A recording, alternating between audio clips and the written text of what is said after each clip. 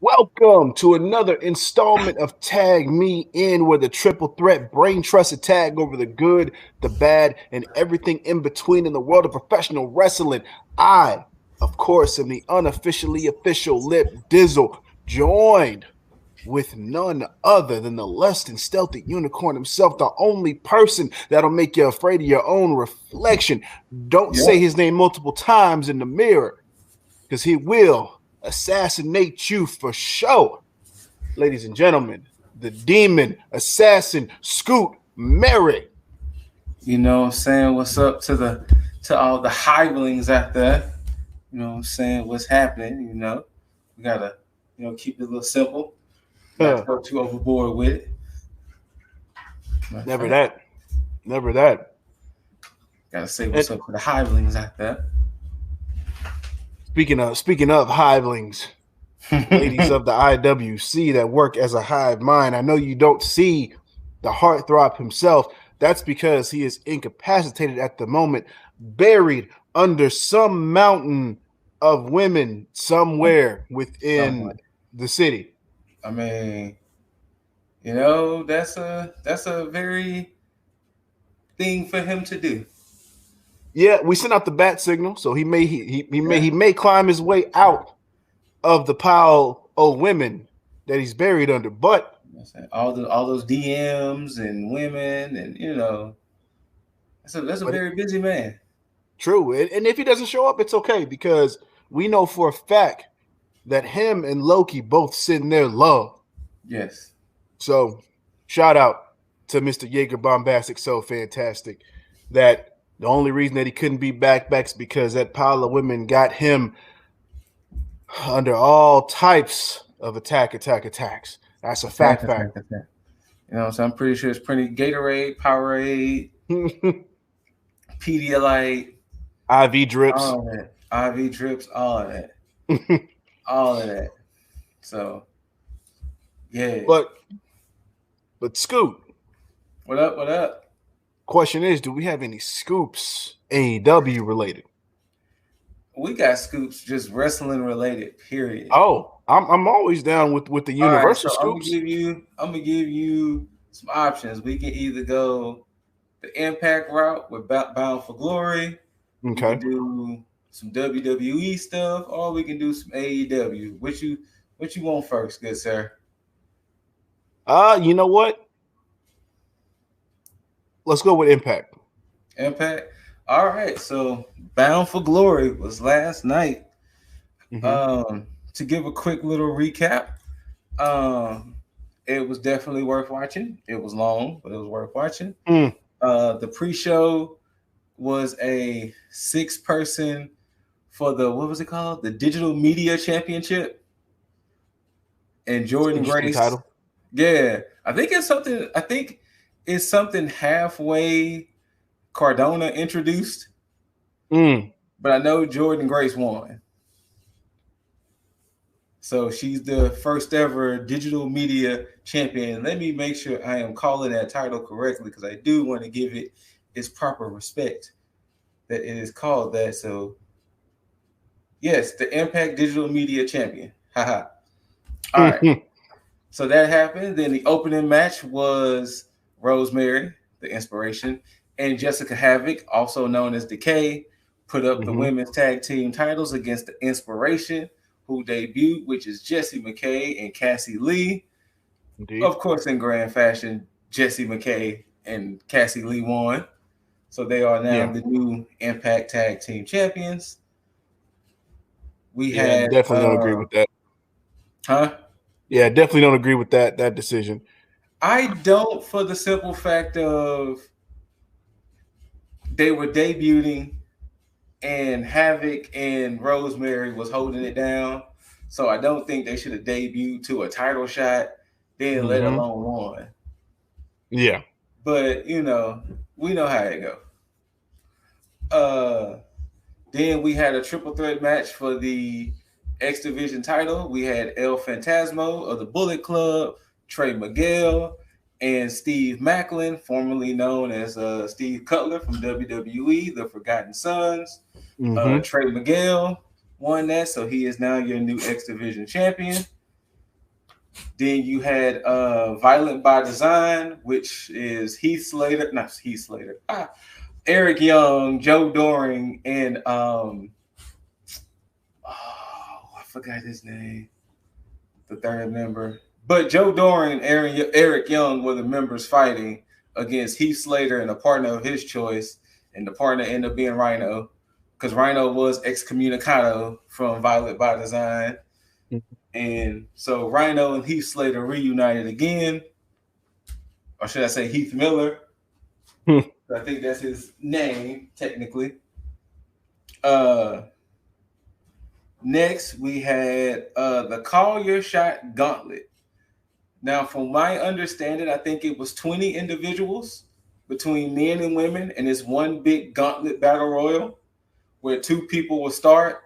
And I think every minute or 2 minutes, a new participant comes out. You get thrown over the top rope, you're eliminated, and then the last two people actually have a one-on-one match. Yeah, it's basically their money. Yeah, it is, and it's basically their Money in the Bank. A lot of people was in it, but to the end of it was Moose and I want to say Sabin. I think it was Moose and Chris Sabin, but Moose ended up winning. Okay. But and then you had Cardona. It was Moose and Cardona. And Moose. Hold on, wait. Because it looks like Jaeger climbed from out of the pile of women. Look at the hair. All that. Man, all of this. But now I'm just trying to climb out this pile of laundry. But hey, you know what? Hey, innuendos all day. Because I mean, there could be some kiddos watching that don't know what he really climbed from under. But hey, that is true. This is true. I mean, don't look in this door is all I'm gonna say. Moose beat Cardona, and he won the Call Your Shot Gauntlet. So of course, at any time Moose can challenge for the World Championship. That's how that goes.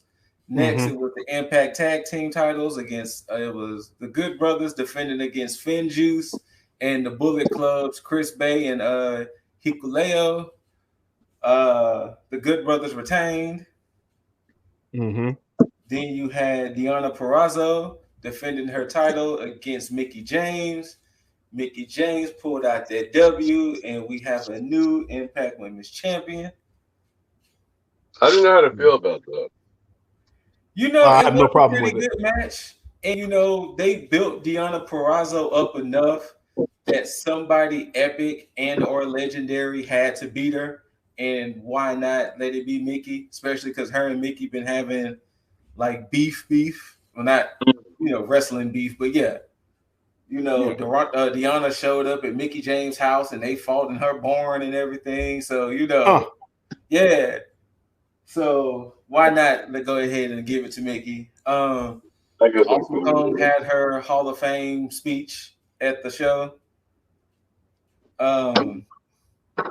Then of course we get to the world title match: Christian Cage versus Josh Alexander, formerly of the North. As we said before, he traded in his X Division title for option C, so he was going against Christian for that championship, and Josh Alexander beat Christian Cage. So we thought. Huh? I said, or so we thought. Well, he did win, and his wife and son was in the ring, and Moose decided to call his shot. And while wife and son was still in the ring, Moose went ahead and handled Josh Alexander. So, and new world champion, Moose. Yeah. Like somebody put on Twitter, I don't know what's more heelish. Lashley putting the hurt lock on Goldberg's son, or Moose beating Josh Alexander in front of his family while they were still in the ring. But yeah, so the show ended with Moose being world champion, deservedly so, because I felt with Kenny Omega and that Impact World title thing, Moose kind of got screwed out of that. Because Moose was kind of being next up, so I'm glad that they went ahead and put the belt on him. Yeah. Now, with Impact, apparently the partnership between Impact and AEW is supposed to end after Bound for Glory. So we don't know if Good Brothers and Don Callis and all of that is going to still show up on AEW. Well, part of that would make sense as to why Christian lost, if that's the case. Yes, that's what I was thinking. I was like, that makes sense why Christian lost now. He's the only AEW representative there. Yeah, that's true. That's true. Well, I mean, if that's the case,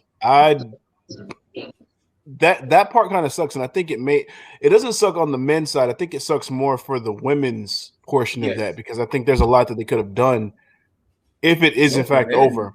Do nothing. Yeah, no, they definitely haven't done anything as far as from the women's perspective with Impact. But I think there's a missed opportunity if they are completely done and haven't done anything with it. So yeah,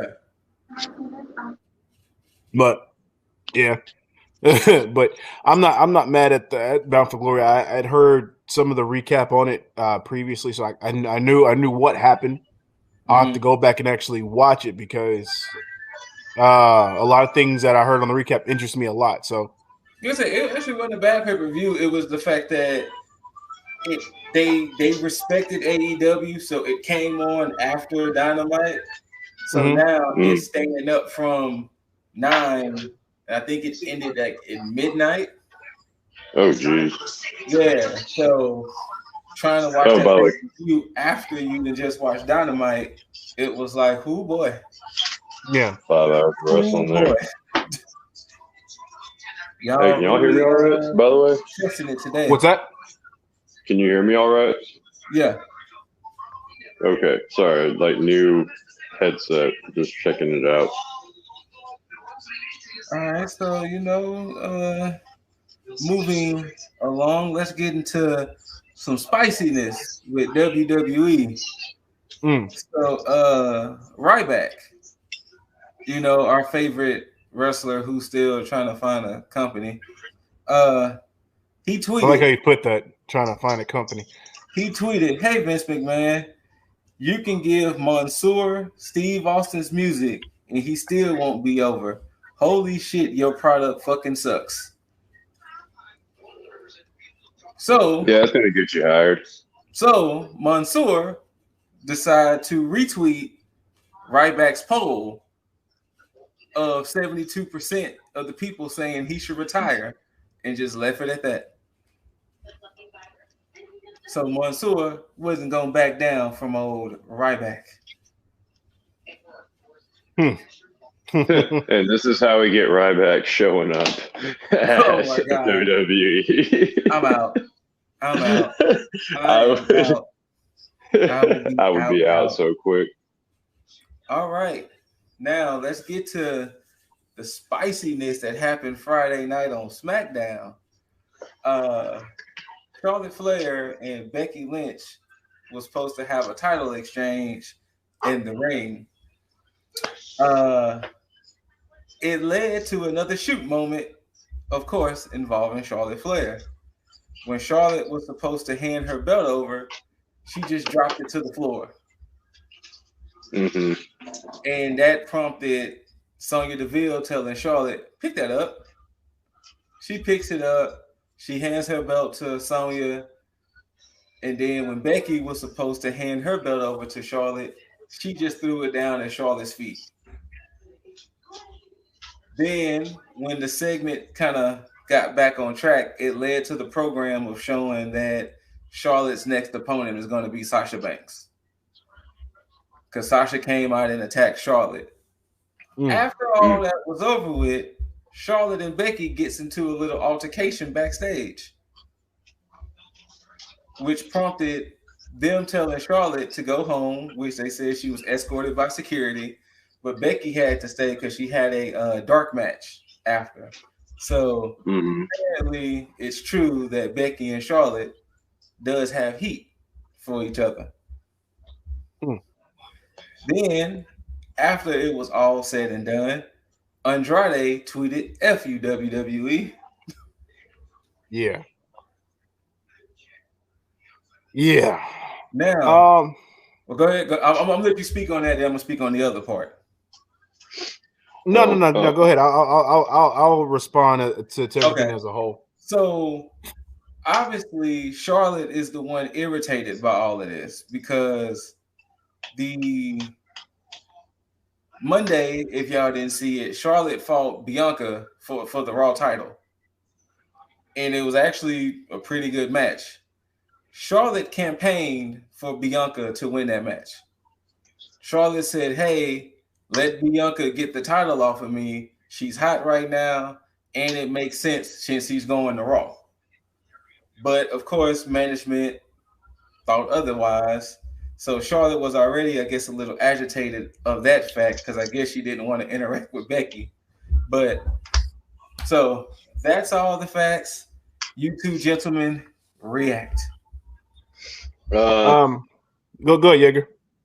Oh, I was just gonna say, well, any heat towards Charlotte makes whoever the person opposite her kind of go up in my book. So Becky went up a notch, but as you say that, I'm on Charlotte's side with this. I'm on Charlotte's side because it's something about Becky as of late. That's where my butt was in this case. Oh, okay.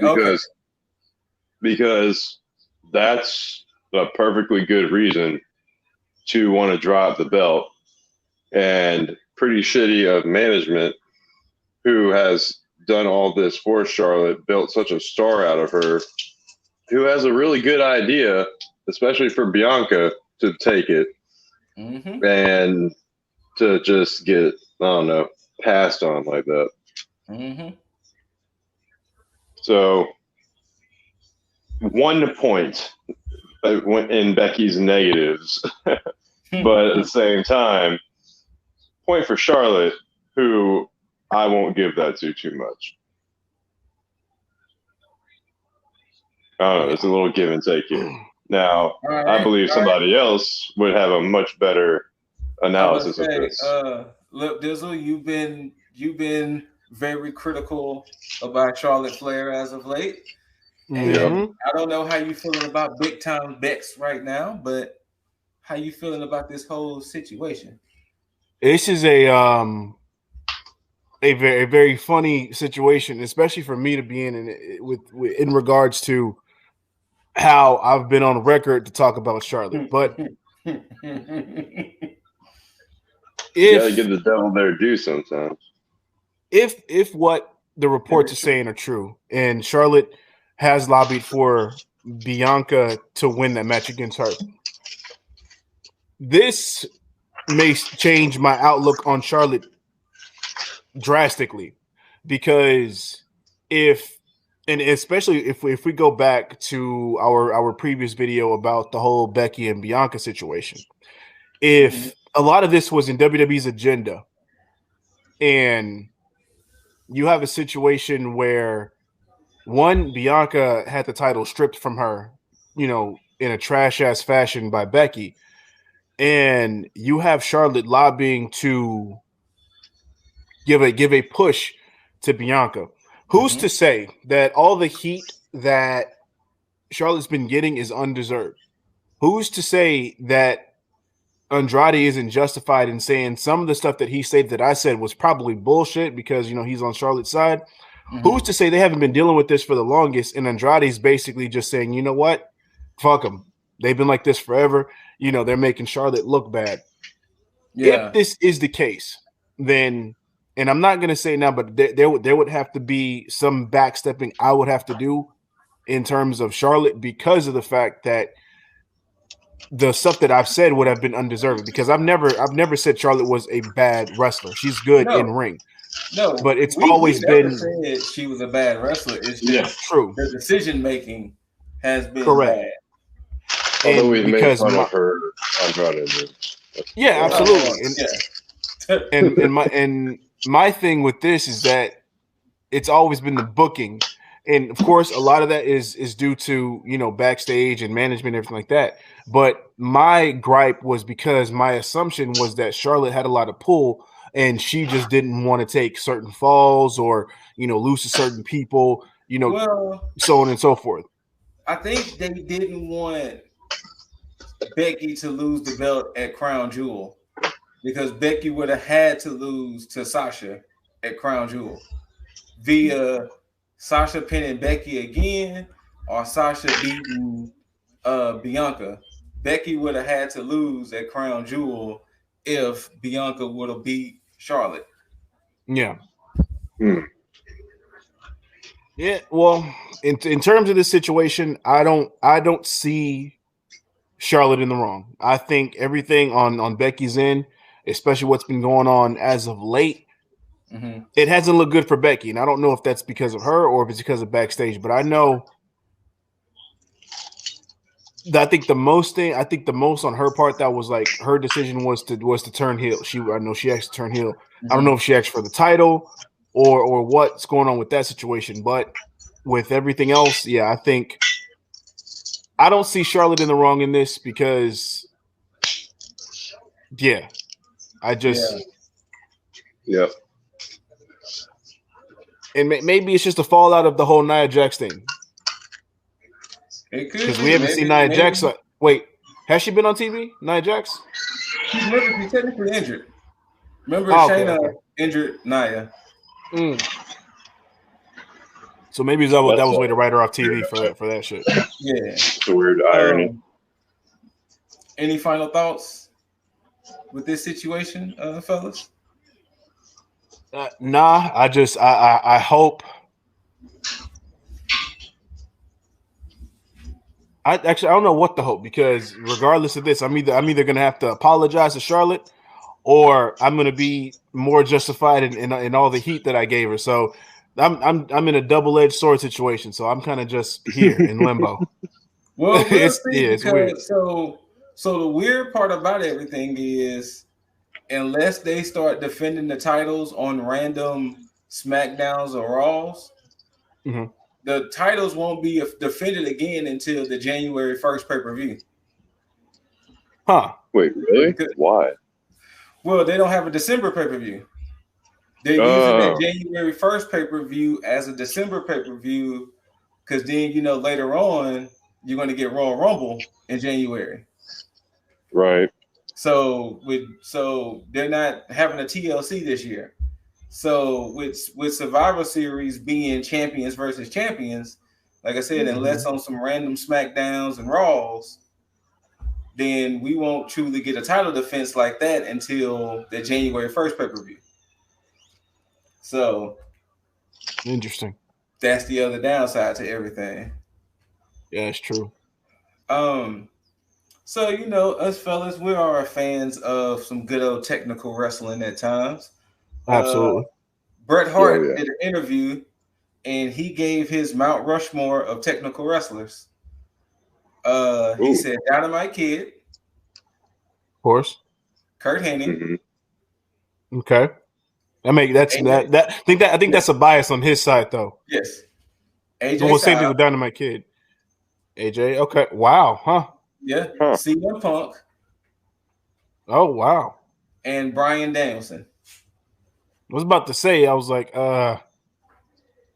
we know Bryan Danielson has 4, but he. Yeah. He gave 5. That's fine. So, pretty solid fucking list. Yeah. I'm down with that. Yeah, so I'm down with that. Mount Rushmore of technical wrestlers. Before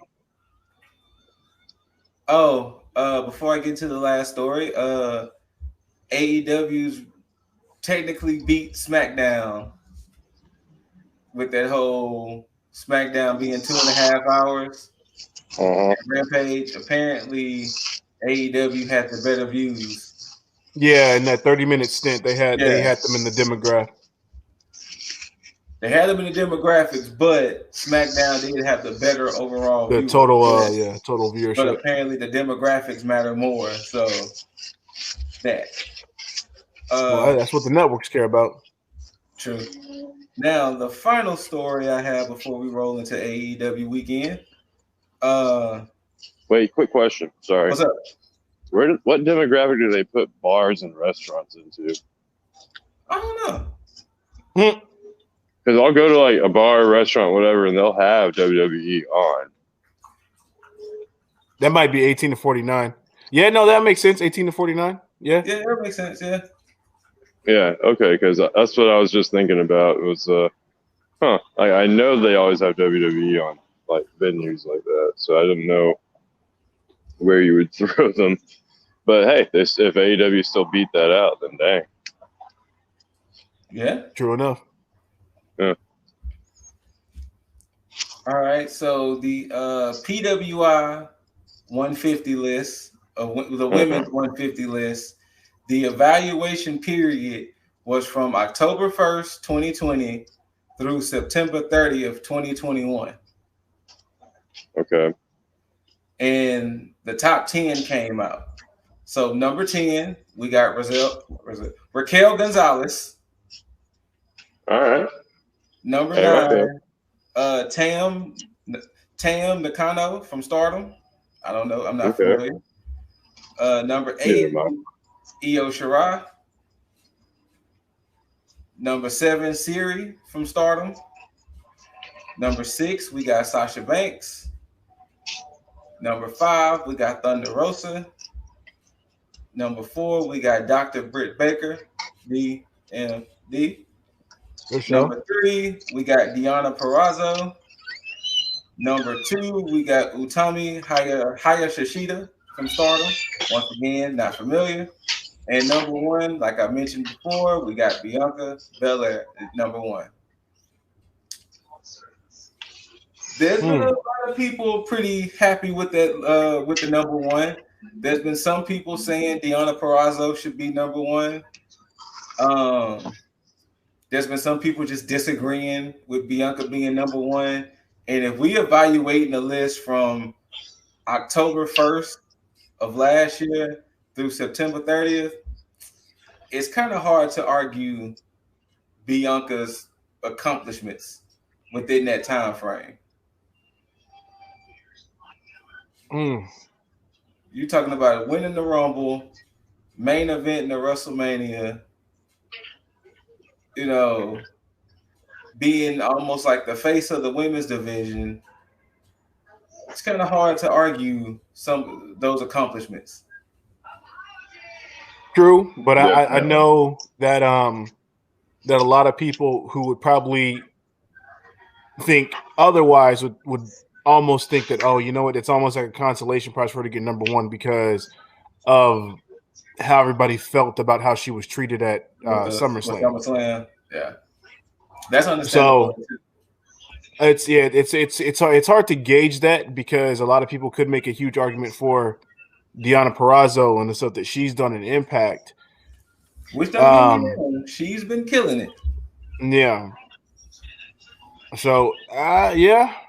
And then, of course, you got Brit Baker, who, you know, she's Brit Baker. But at the same time, Brit Baker has only done so much in terms of it. You know, if you stack her up against an overall perspective, let's say Bianca and Deonna Purrazzo, Brit Baker would kind of come in at a third to those two, and that's only because what she's done for AEW is solely for AEW and not necessarily like a perspective of overall like professional wrestling for women.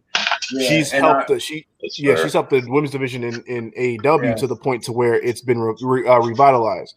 So now I do wish I was more familiar with Utami Hayashishita for her to be number 2, but yeah. So congrats to those ladies. And most definitely. Of course. See who's gonna be how it's gonna look next year. Now I guess we can go ahead and just roll into it. We can just AEW is on fire with their weekly shows right now because I think what they've done so far, because I think they found their groove to where it's like they can effortlessly pull off these shows without having to force any kind of initiative or anything like that. Yeah. So yeah, storytelling and in-ring, especially this weekend on Dynamite, the in-ring was from the beginning of the show to the end of the show on Dynamite was fucking fantastic.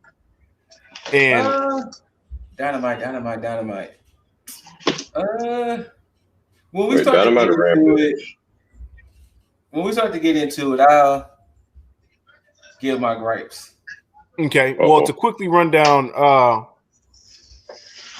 Rampage. Yo, let's just talk about the end with Rampage. What the fuck was that? I'm gonna just get right into it. What the fuck was that whole Malachi Black, Andrade pack? Yeah. What was that? Why was that a thing? Andrade did, excuse me for chopping some shit up, but Andrade. Hey, we know you gotta feed your women, so you good. Yeah, this isn't a Michael Myers thing at all. Or as was previously mentioned, just a boring ass plumber that likes killing people. That's Ninja Banter for y'all to watch that. Get that joke. Oh yeah, Ninja Banter. Check that out. But I mean, I guess the only thing that made sense out of his appearance was when Andrade foreshadowed that he had friends everywhere. I forgot he did all over the world. Yeah. However, Malachi Black did not seem to fit into that category, or at least not initially. But I wasn't necessarily mad at it, but to throw him into this rivalry before his current rivalry run ends is interesting. Yes, I do agree with that. It's the next day, so it's like, all right, cool. We're gonna just get you started here, and then close you out with Cody tomorrow. Mm-hmm. Well, I think there's more to it. I would hope that they're going to add more layers to this story to kind of explain a lot of things, hopefully, which I'm sure they will. But as of right now, and we'll get into it when we talk about the main event of Dynamite, I'm more so intrigued by this because I should honestly be mad about it because of how mismatched it seems, but we'll get into that. And of course we had Orange Cassidy advancing in the tournament, beating Hobbs. Saw a lot of people was pissed about that.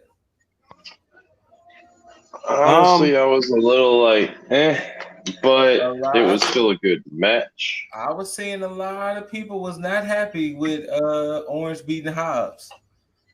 I didn't get a chance to fully see the match. I guess they're saying it didn't look believable or whatever, but a lot of people weren't too happy. Hobbs was dominating him 75% of that match. Easily 75% of that match.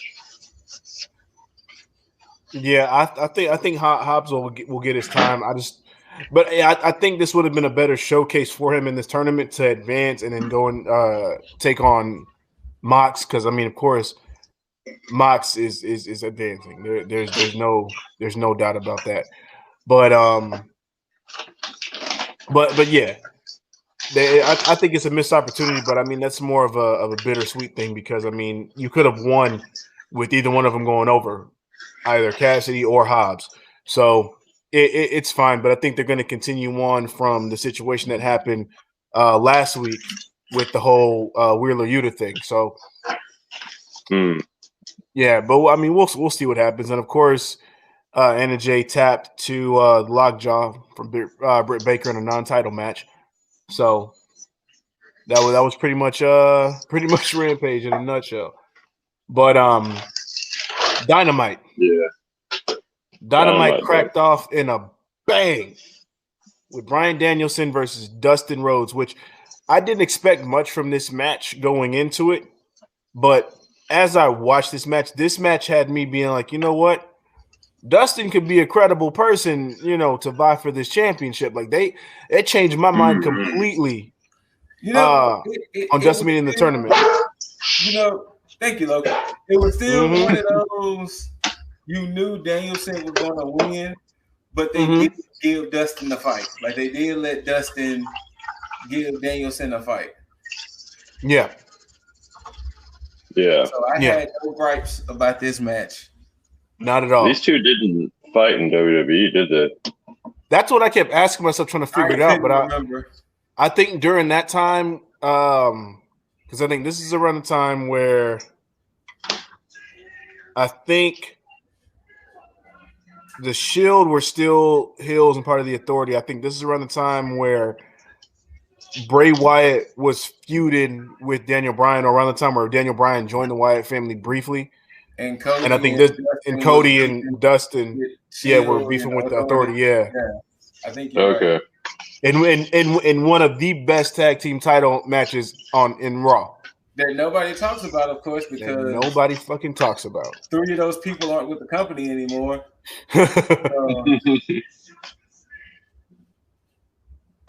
Fantastic tag match. And RIP Dusty. But yeah, But yeah, this match. Speaking of, I was so close to doing Stardust. So letting y'all know. So close. Hey man, you gotta get the gloves for it too. That's the only thing. I didn't have the glove. Gotta come out like. I was gonna paint my hands, but I was so pretty close. Sure.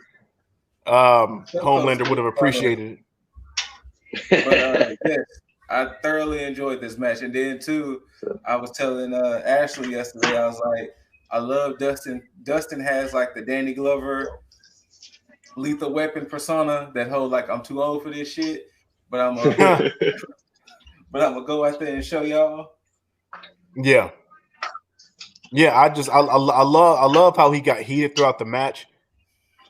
And we're just cussing at Danielson. He's like, hit me again, motherfucker. Like, fuck you. That's all the whole it just amped up, throughout the entire match. And then up to the point to where it's like, we got Dustin in that guillotine, and then that was it. Which is a good way that actually saves space for Dustin to go out through a guillotine and not just get pinned. So I can appreciate that too. Yeah, so I would hope that we get more of this Dustin. I mean, I know it's not going to be match after match as far as like in this frequency, but yeah, I would want him to be showcased more on Dynamite in this type of fashion, and then potentially get a big spot, whether it be a title shot or something. But yeah, at least before he rides off into the sunset and retires. I can see that. So we'll see. Then we got I think that happened later on the show, but we'll talk about it now. But Dr. Brit Baker, DMD, had a nice little quick interview with Tony Schiavone, talking about Ty Conti and all her assets and how she was going to whoop said assets at Full Gear. Especially because she likes showing them off. Yeah, and there's no problem on this end with that. I mean, what you call them, cheeks for weeks? Cheeks for weeks. So it's going to be perfectly fine. I mean, it's not what I would expect for her opponent at Full Gear, but clearly they see a lot in Ty Conti. So, I mean, I guess we can early predict it without truly predicting it, do we see a title change here? No. Who? I would be honestly surprised if we did, but I think that is completely being nicely gift wrapped for Thunder Rosa. Because I think we're gonna get that trilogy out of these two. So most likely at Revolution. Mm-hmm. Because again, they got to get through the TBS title tournament. Okay. So we'll definitely see what happens there. And of course, we got the full on bracket for which let me see if I. How y'all feel about that bracket and the top 4 women get a first round bye? I think that's fantastic. Yeah, I think it's fantastic because it at least shows that the rankings actually do mean something. Mm-hmm. And I know granted it is that first round bye. Yeah. I'm still okay with it because it at least shows, hey, these rankings aren't just meant to just, show who's got what number to be up next. It's like, yo, you are the top of this, so you get these certain perks. And I wish that's kind of what they would have done with the men's side for the title eliminator and added more men to it, and then had the guys in the top 5 with the first round buys. Speaking of that, I know before we get back to it, did you hear? I don't know if you mentioned it. I don't think I remember hearing you mention it on the NXT 2.0 recap. But did you hear that? They mentioned that wins and losses matter on NXT 2.0. Oh yeah, did they? Now? Yeah, there was a part in the commentary where I can't remember who was fighting. But they said, yeah, here at NXT 2.0, wins and losses do matter. And I was like, interesting. Huh. Yeah. Oh. If that's the case, then how the fuck does all the members in Toxic Attraction have title matches? Hey. Because last time I checked, Gigi and JC Jane lost 2 matches in a row. Yet they got a title shot. Don't put too much thought into it. Just let it be. I mean, hey, fair enough. Just saying. But yeah, so I kind of like the idea of the first round bye.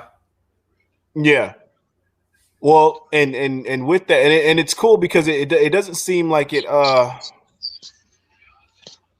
doesn't seem like it really affected. Yeah, no, yeah, it did. Yeah, in a way it did because I mean you don't have like the full 16-person bracket. Mm-hmm. But it's okay because I guess it's better to showcase a few 4 less women at this point rather than what they have now, because I think this way you have people that you already know, because we have Thunder Rosa, then you have Anna Jay and Jamie Hayter, which I'm pretty sure that match will be coming up. Bunny and Red Velvet, the winner of that will take on Jade Cargill. You mean Red Velvet will take on Jade Cargill? Absolutely. Yes. And then that's good because that's continuous storytelling, so that's good too. Then you have Nyla Rose, who has that first round bye, who's going to take on the winner of Serena Deeb and Hikaru Shida, which that's the match I don't know who's going to win. Which I'm pretty sure it's going to be Shida. I'm going to call out. Oh, I was willing to call out Deeb, and that way you have Shida take her match at. I wish, but I think what they're going to do is they're going to continue this whole heel thing, and and Deeb could go over. But I think they're gonna make you kind of forget about Deeb just a little bit, because I think she's gonna be that dark horse within this division that's gonna end up taking that title off of somebody whoever wins it. I think Deeb's gonna be the one that takes that title. Has Shida got her 50th win yet? No, and this will be it. No, she hasn't been on Dark. Yeah, because she didn't get that 50th win off of Deeb. They're gonna make that shit. She might have been on Dark or Elevation since. No, she hasn't been on since. Oh, okay. Nah, it's definitely gonna be deep. Then you got Chris Statlander with her first round bye taking on now Ruby Soho. Since she just beat Penelope Ford, which that technically is the match that had happened, so it's no need to really talk about it. No. It was all right, It had a few botches. Yes. It had the bunny come out and try to interfere. Yeah, and then of course, we got Red Velvet coming in for the save because she is going to end up going against the bunny, which Red Velvet will advance from that. So, yeah. I only feel bad because I don't know if Anna Jay is going to beat Jamie Hayter. Because regardless of the fact, whoever wins that match is going to lose to Thunder Rosa anyway. So, yeah. You know what? It would make more sense for Hayter to win because then it'll add more fuel to the fire of Jamie Hayter being associated with Dr. Baker. So, that's also true. It will make more sense that wise to get Hayter to win, but I don't know who might end up taking that one. I think Anna Jay being back now, she might pull off that W. She could, and I wouldn't be surprised, but I think you might be right in the whole story aspect of it. Yeah. Because, she doesn't really lose anything by losing. No.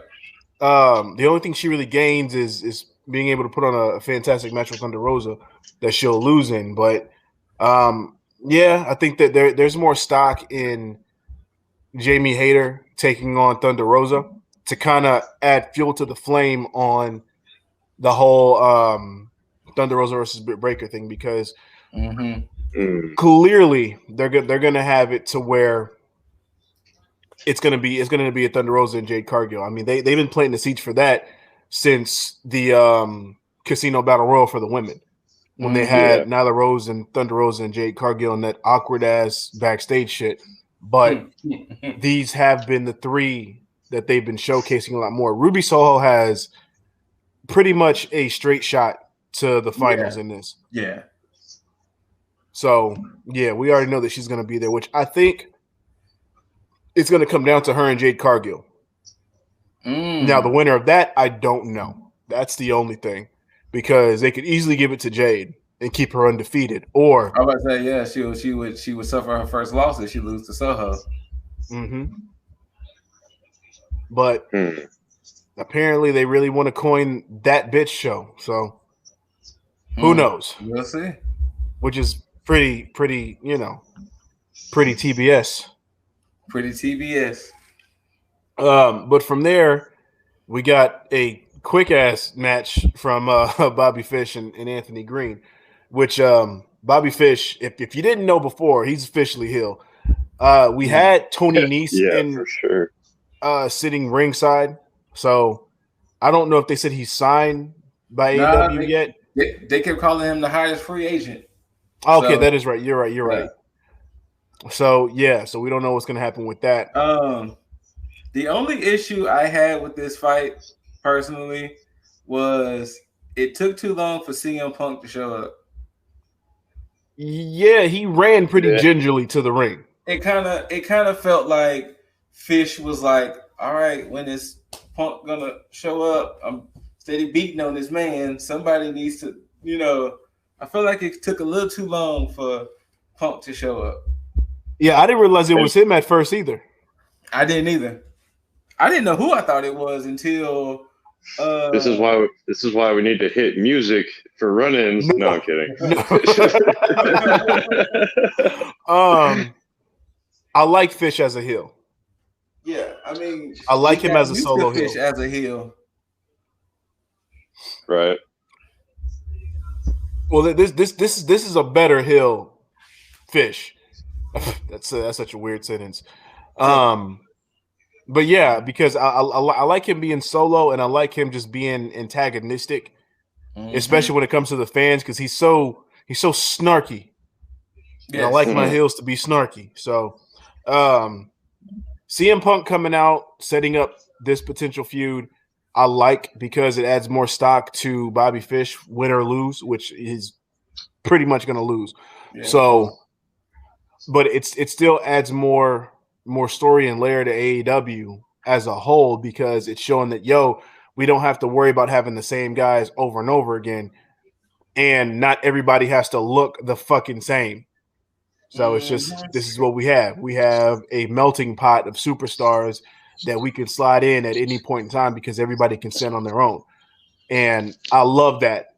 And to that point, when we had MJF come out and talk about Darby, did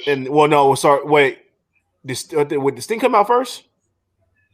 Yeah, Sting came out first, and then he was. Then MJF interrupted him, and I like that. And I was hoping that they would have kept Darby off of TV for a good period of time, because one, that sells the beatdown from the Pinnacle, because we all know that's who it is. No. Even if Scoot's going to deny it. No face, no case.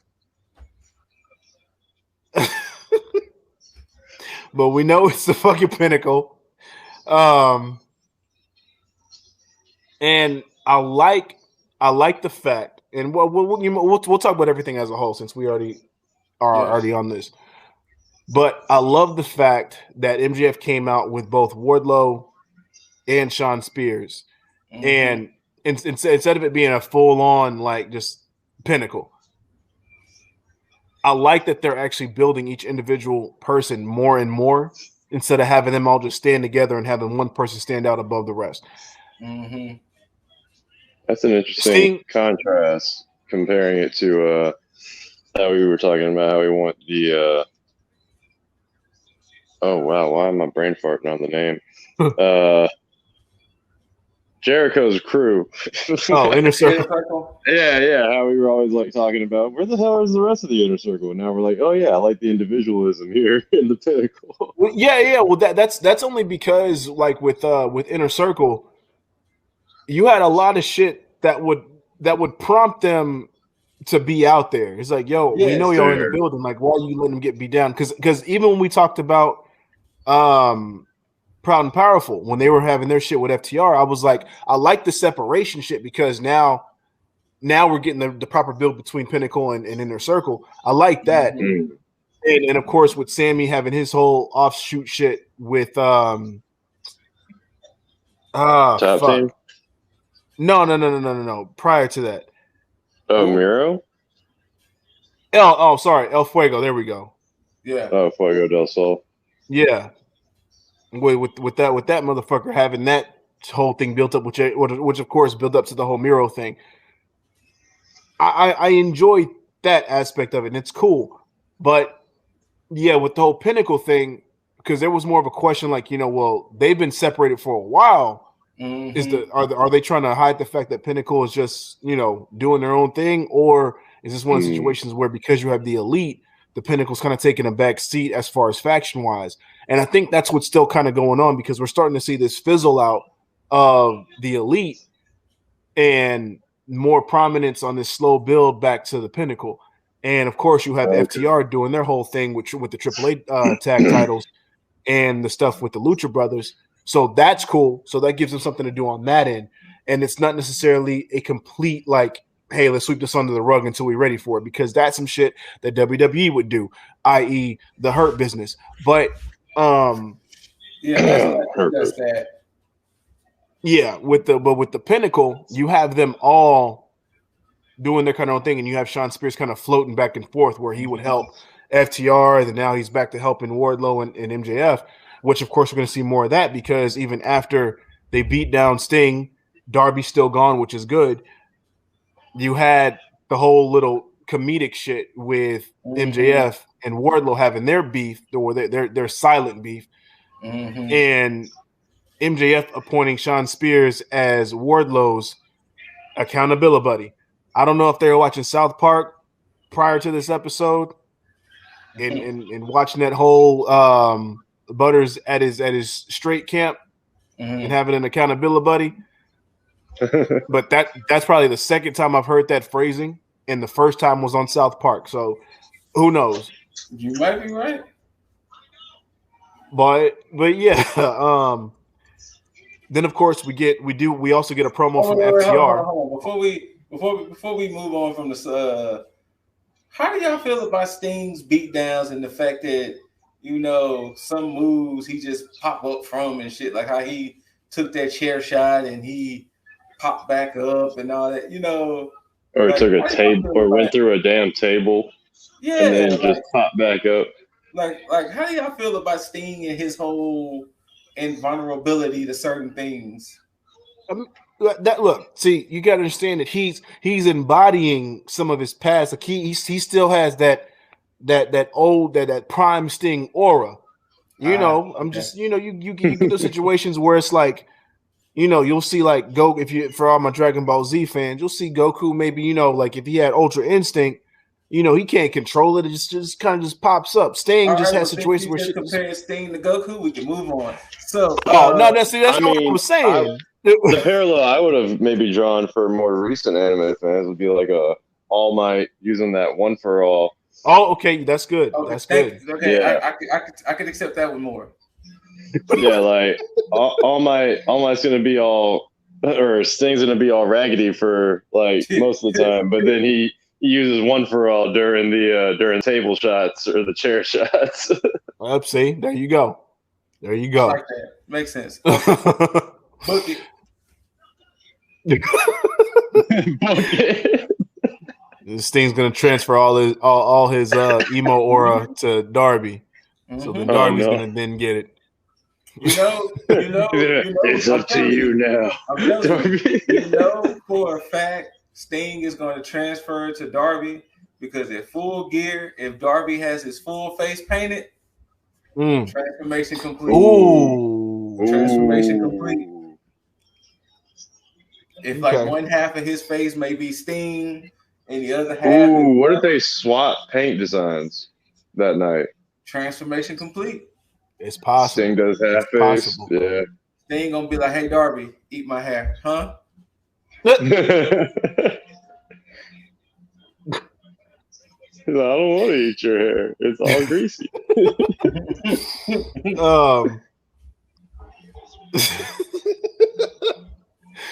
Then we get a promo from FTR regarding the Lucha Brothers, saying, of course, they're the best Lucha Libre team, and yes, how they're honored to have the AAA tag titles, but in order for them to solidify that they're the greatest tag team, they need another set of tag titles, and that's the AEW tag titles.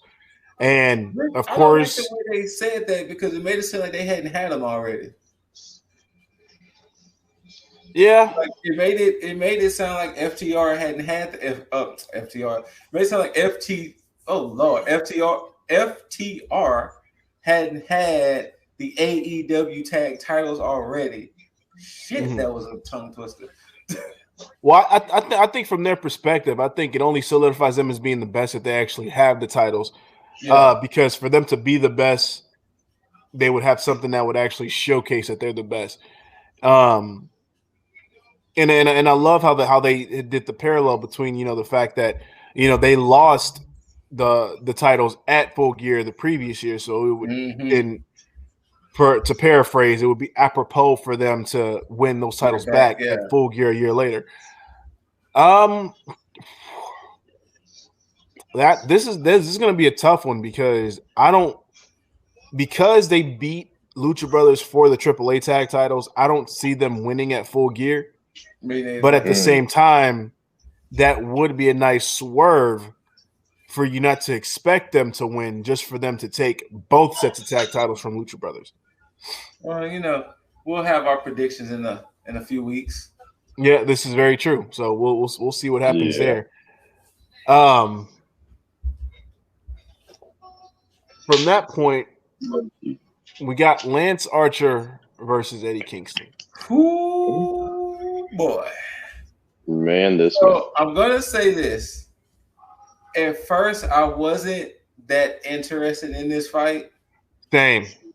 Because we've had this before, and I initially missed the moonsault. And when I kept seeing Archer on the ground, I was like, replay it. Because Ashley was like, I think he laid it on his head. And I was like, what? And when they replayed it, I was like, oh boy. Lance. Yeah. Oh boy. Yeah, this match, because I was like, well, I don't see Eddie Kingston moving on. I see Lance Archer moving on to give us that big man, speedy, technical guy match between him and Danielson. And that whole, and it wasn't even the match that changed my whole perspective of it. It was Lance Archer's entrance, because Eddie Kingston attacked him from behind, and the moment he did that, the whole crowd just fucking, like, if you didn't realize how over Eddie Kingston is, and this crowd was on fire last night, which is fucking crazy, because, and that's what I was saying. Like, I was wondering, was Kingston meant to win from jump, or due to what happened with Lance, they had to go ahead and call an audible? Well, they definitely called the audible because it was reported that Lance Archer was mad after the match, not necessarily because of the match. He was mad because they told them to go ahead and rush the finish, and he was telling the ref after that spot that he can continue to go on. Okay. But and kudos to AEW management for not allowing that match to continue, because they care more about the health. Situation. So so once they rolled him in, that's when we saw that quick pin from Kingston onto Archer. So yeah, definitely surprised by that fact. But I don't know if Kingston was meant to win. Archer said he good. He did. I saw a tweet that somebody posted. It's like, he said, I did land on my head. I'm good. Yeah, I think they said he just under rotated. Yeah. So yeah, I mean, the shit happens. The shit happens. So definitely a good match from these two. I mean, I wouldn't expect anything less because they have wrestled before a number of times. But there's a part of me that does kind of know where they were going to go with this match as a whole, because Kingston, man, look, when he goes against Bryan Danielson, it is going to be interesting. Yeah, because I think we might end up getting Danielson embodying his match that he had with Lesnar at that Survivor Series a couple years back. And kind of embracing like that little heel side of his. So, man, yeah, they're gonna make Danielson and Mox a match to see, outside of it already being a match to see. But they're gonna end up trying to make it almost akin to a blood feud. If he fucks up Kingston in that match. So, oh shit, I didn't even think about that. If Danielson fucks up Kingston, then that'll definitely give Mox the reason to really want to. Yeah. Which, speaking of Mox, we got a backstage promo from very interesting. He said he didn't give a shit about this tournament, anything. The only thing he cared about was his daughter. And he just wants to go ahead and just go run through everybody in this tournament. He don't care about the tournament, don't care about the title. He just want to get this shit over with so he can get back home and get to his daughter. Yeah. So 100% Mox is not winning. Oh no, not at all. It'd be funny if he did. He's like, fuck, I gotta keep, because again, see it now more to South Park, because it's almost like that baseball episode where they kept trying to lose because they didn't want to someone playing baseball. Nobody on the tournament wants to win. So 2 South Park references in one episode. How you like that? But yeah, so Mox is halfway fired up, but I think, just like we stated, Danielson fucking up Kingston is going to get him more inspired to say, you know what? All right, fuck all that. I got to fuck you up now. So, yeah. Then from there, we get Jungle Boy and Young Boy Brandon Cutler. Yeah, this 3-second match. Yeah, was it even a match? I mean, this pretty much just really set up Jungle Boy calling out the Elite, which we're pretty much going to get another match between him and Adam Cole, baby. So yeah. Oh, so I guess Full Gear, Possibly. Full Gear, and Jungle Boy gets his win back, or something like that. I can potentially see that. Because that'll be, if that's the case, so we're looking at Adam Cole's first loss. Yes. Which it seems like they're trying to get everybody out the way with undefeated streaks, so they can limit that number down. Because we got about, I think, 5 people that have undefeated streaks right now in AEW. Well, 5 prominent people that have kind of, because I mean some of that kind of changed over the course of the night. Remind me who else besides Malachi. I mean, let's see here. We got currently Malachi, and then Adam Malachi, Cole, Punk, Jade Cargill, Danielson, Cargill, Jade Cargill, yeah. Is it Brock Anderson? No, he's. I think he's got a defeated streak. I was about to say. No, Black, Danielson, Punk, Cargill, and Cole, and I think Andrade. Does the draw not kind of affect that undefeated streak? No. Because they'll have you as 3-0-1, you know. Mm-hmm. Yeah, it's a big one, but okay. But yeah, so yeah, he finished off Cutler pretty quick, and then just caught out the Elite. And snare trapped him until Adam Cole came out. And he caught that Elite ass whooping too. as he continues to do. You know, but the consolation to Jungle Boy catching an Elite ass whooping, he can do some Elite gripping later on. Oh, that's right. Yeah, he's gonna get all the best and nurse him back to health. So there's some upside to him catching an Elite ass whooping. Yeah, no, I mean not that you would want to catch an Elite ass. Not that you want to catch an Elite ass. No. I'd want to be in full tip top shape to grip leather to my best ability. I mean, I don't know. Yes. If you eat off a stage like that, I'd want all my natural energy. Exactly. So, but speaking of natural. Hey. We get some natural promo ability from one Miro, who gave us a nice extended promo. I don't know what it is about these promos as of late, but it's like you can have him on TV all the time at this point. Yes. And he doesn't have to do shit. He just sits there and talk. It's almost like him up. And that's the thing. He lost the title. He lost that one would expect him not to lose for a long time, and his stock only continues to go up. That's crazy. I'm gonna say this: may God truly have mercy on the first person he fights on his return match back. If it's anything longer than a 10-second match, then I would be a little disappointed. Look, the only way it might be longer than a 10-second match is because he probably wants to torture whoever he's going against. Yeah. But I literally see a Mashka kick, game over, and literally it'll be game over. Look, he's about to construct a path of bodies as tribute all the way to Lana. Miro should actually go a step further. With him on this angle, the run of want to get redemption and being mad at his God and, he's not the Redeemer anymore. He should literally rename all of his moves. He should rename the monster kick. He should rename the game over. He should rename his moves to coincide with the way he's feeling right now.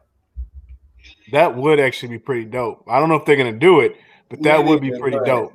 Yeah. Make the Machka kick like the Wrath of God or something like that. Yeah. Like, that would be that would be some amazing shit. But that promo was just fire once again. So, I mean, so many Easter eggs to fucking Lana to where it's like and Lana tweeted. She tweeted I think she tweeted 90 days or something. So I think we might get Lana at Full Gear if oh, damn, I don't know though, because that's still kind of soon unless like they're about to start having Miro just run through people like crazy for like the next month. I think so. So I can't wait. I cannot wait. And shout out to them for being able to book Miro in this way without having to have him in the ring. Mm-hmm. That was old school NXT booking. Mm-hmm. Ooh. Funny how that shit works. But then we get the best entrance in AEW. That they fucked it up. They fucked it all the way up. They fucked it up. I sat there and watched it. I was like, you shine the light in the wrong spot. No. Like, I don't know whose fault that is, though. Is that Malachi's fault or is that AEW's fault? Malachi has never been on that turnbuckle ever. Never. I was like, no, don't fuck up the entrance.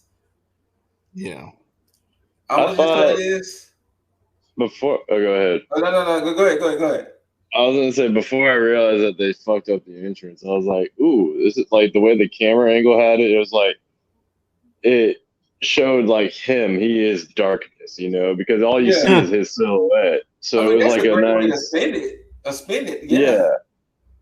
But yeah, very true. Like if you're a fan in the stands and you don't see Malachi on that spotlight, you're like, "What the fuck?" Yeah. Yeah. So. Damn shame. But what were you gonna say, Scoot? I was highly disappointed. Oh. Wait, in the entrance? No, the match.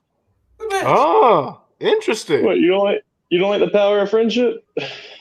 Okay, since we're gonna get to it anyway, should be no fucking way Cody should have won this match. I mean, he was gonna have to win one of these 3 matches. No, he could have lost all 3 of them and it would have been A-okay. That's true. It could have it wouldn't have hurt Cody. Because they're kind of taking the Jericho MJF route. You lost twice to this man, but then you beat him one time, and then it's over. Yeah. It's like, no, I still beat you twice, Cody, regardless of not only did I beat you twice, but I beat up your whole fucking faction. So that one win is gonna outshine the fact that I did beat up your whole fucking faction. Mm-hmm. Yeah, it's a double edge on my end because I feel like Cody shouldn't have won just to kind of keep Malachi looking strong. But at the same time, if you are going to have somebody go out with their first loss, this is one of the better ways to do it because they made sure Cody did everything. Huh? I said, even with all the interference and all of that too. Mm-hmm. Okay. Only because like this is a regular match. It wasn't a disqualification match. Because like even with like the table spot and everything within it being a legit match, it's like you really there's not much more you could do outside of doing more fucking finishers. And for Cody to sit there and do crossroads through a table, crossroads in the ring, and then go to the Tiger Driver. What was it? Tiger Driver 98 that he did? Yeah, 98. Something like that. Yeah. But I love the way Cody went through the table. Yeah, right. That was hilarious. Like, Cody, you took all that table. He took all that table spot. Yeah, and I don't know what happened after that because it seemed like it was a whole bunch of like camera angles from like them and then to Arn in the ring for I don't know why he was in the ring just chilling there, and then you finally got Andrade coming out. Which this Go ahead, Jaeger.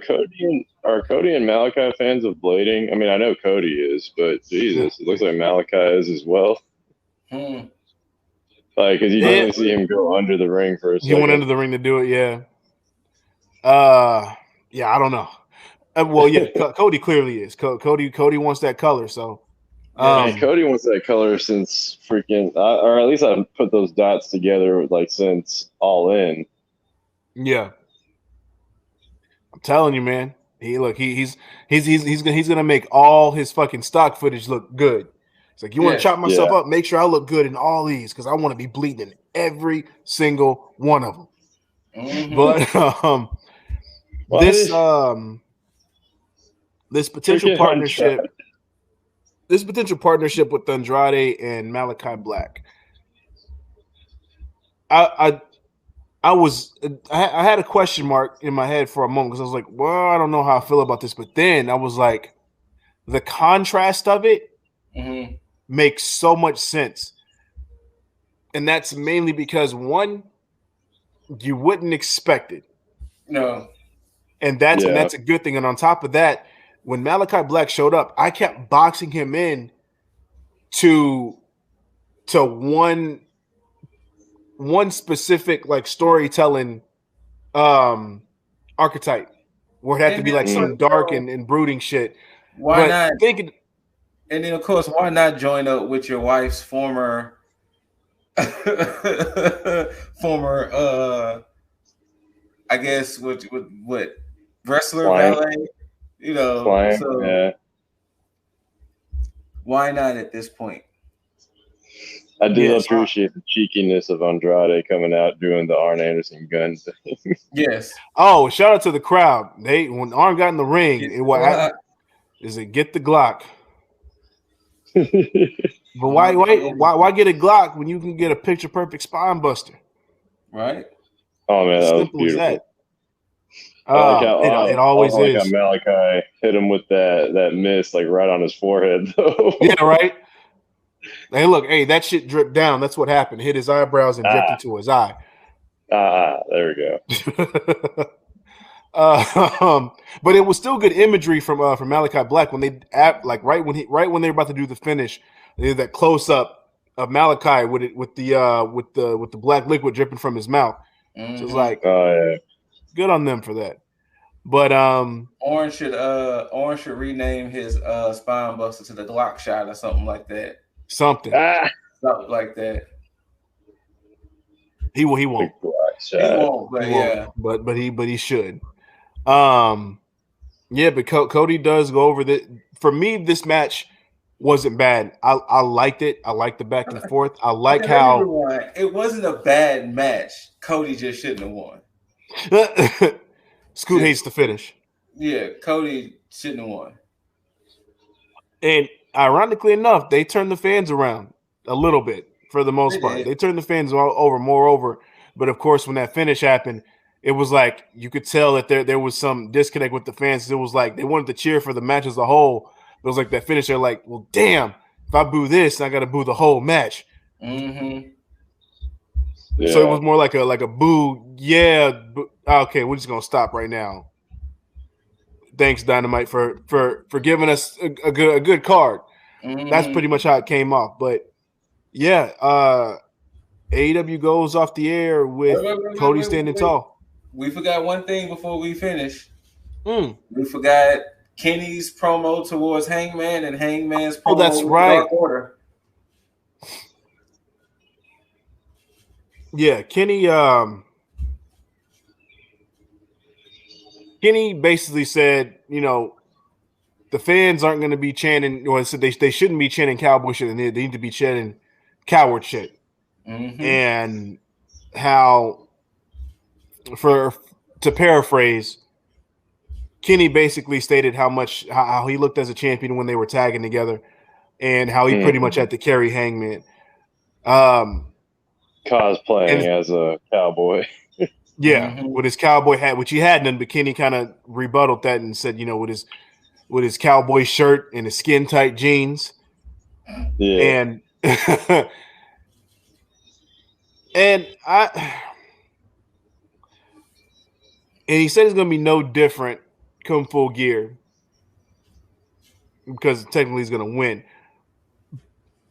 Oh, he's 100% kicking out that One Winged Angel. He's got to. Yeah.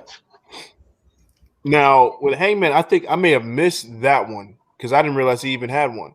It was really Dark Order back there talking, and Hangman walks up on him like, "Hey guys, I heard you challenging the Elite again. Well, you know it's gonna be Halloween, so you know they're gonna dress up, which means y'all gonna have to dress up too." And they was talking about what costumes that they wanted to wear and this, that, and the third. But yeah. So there was no disconnect when he went back there. Everybody was just cool with Hangman coming back. It was he basically kind of said, "You know, I apologize for the way things went and things like that." So, but they were still welcoming Hangman. Yeah, basically they pretty much brushed it off. Okay.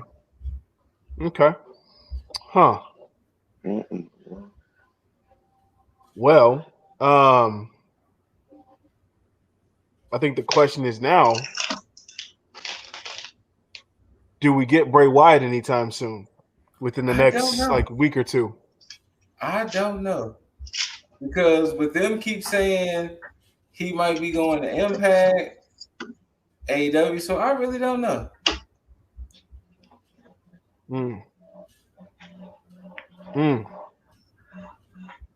Interesting. I mean, you could have Dark Order lose against the Elite and then get beat up on post-match and then have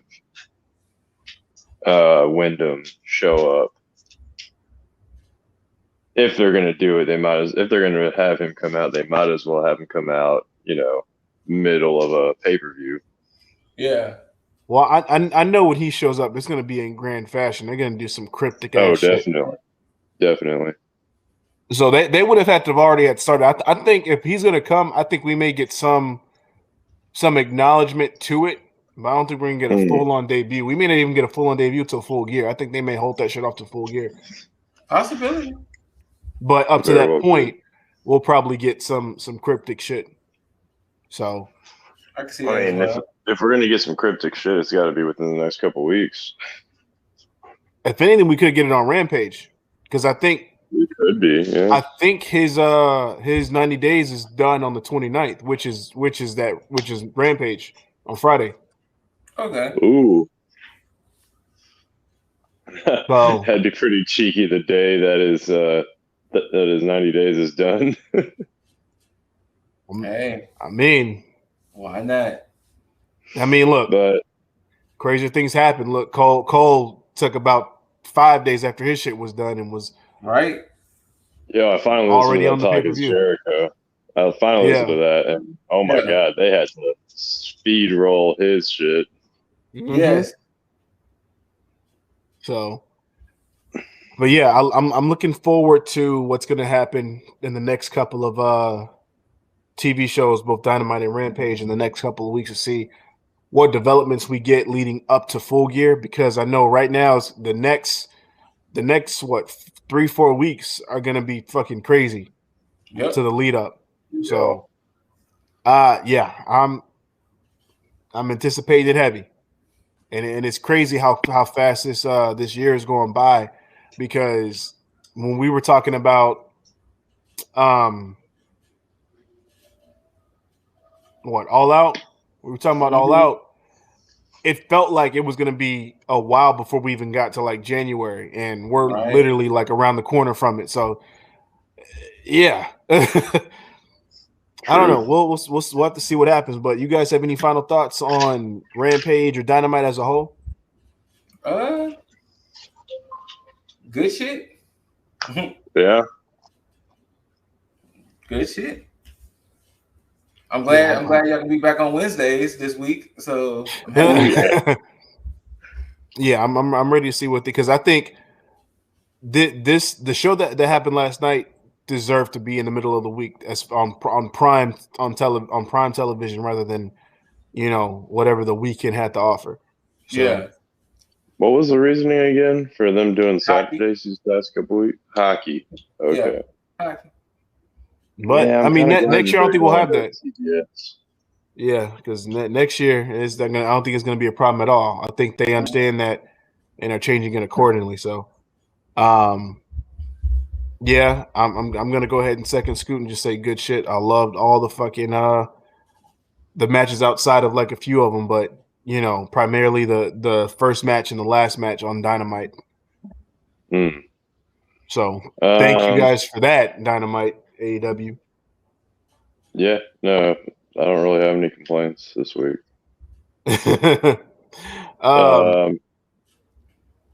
Although Cody could, I mean, damn it, Scoot. I was like, yeah, Cody's going to win. I was going into it like, yeah, Cody's going to win this. But now it's like, shit, should he have won this?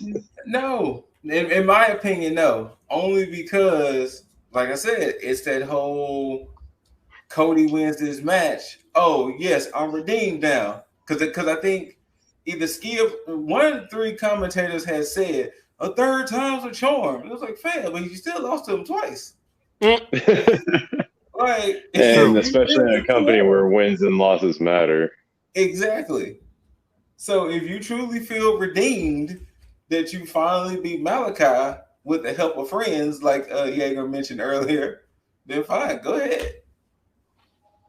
Yeah, they're going to end up giving us a tag match between Pac and Cody against Andrade, and I mean I don't want that to happen because that's like some WWE booking shit, but that seems to be the necessary progression for this shit. For sure getting that match? I don't know. It seems like a necessary progression that they would go with, but yeah. So same here. I would rather them just give us a match between Pac and Malachi.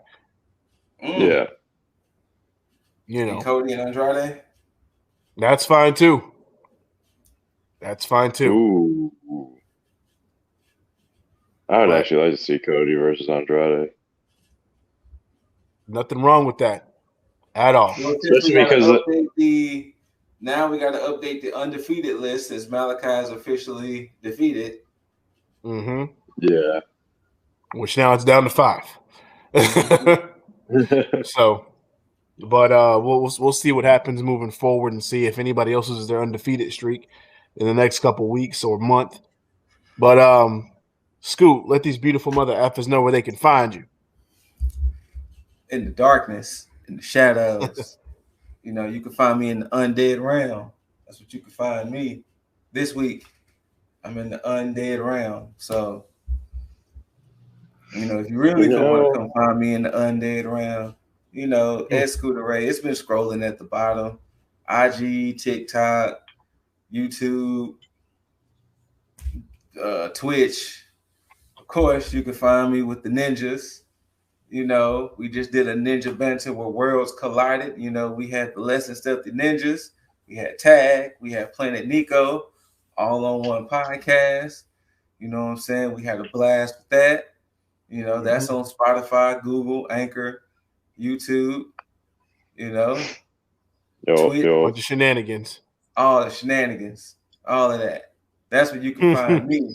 But since I'm in the undead realm, doing my things, I'm gonna pass it to the man who was deemed as the lady killer on the last Ninja Banter podcast. The lady killer, Mr. Jaeger Bombastic. Man, if I knew that was gonna be my moniker, I would have dressed up a little more. But maybe done some 50 Shades since some of y'all nasty out there. But no, that ain't nasty. That's actually right up my alley. So hit me up. Let's see. Like as Scoot said, it's been scrolling at the bottom. It's even right here. Just look me up IG, Xbox, PlayStation. Game with me because there's one. If food is not the way to my heart, the gaming is. There you go, ladies. But yeah, you can you guys, for the ladies that you catch in my DMs, it just breaks your heart, just gets you upset, miserable. Maybe getting some darker thoughts, maybe entering the realm of black. I mean, there's plenty of positivity in the world, and I just know one source that can help you channel it. I can help you channel it. I can help you. Yeah. Feeling dark. You can definitely help the undead realm. I will welcome more hivelings to the group. But if you do want to feel some positivity, I guess, if you want to be happy, if you want to be happy, I guess you can talk to him. You can hit him up. That's true. You could hit me up if you need that one-on-one. I don't charge by the hour. I don't charge at all, actually.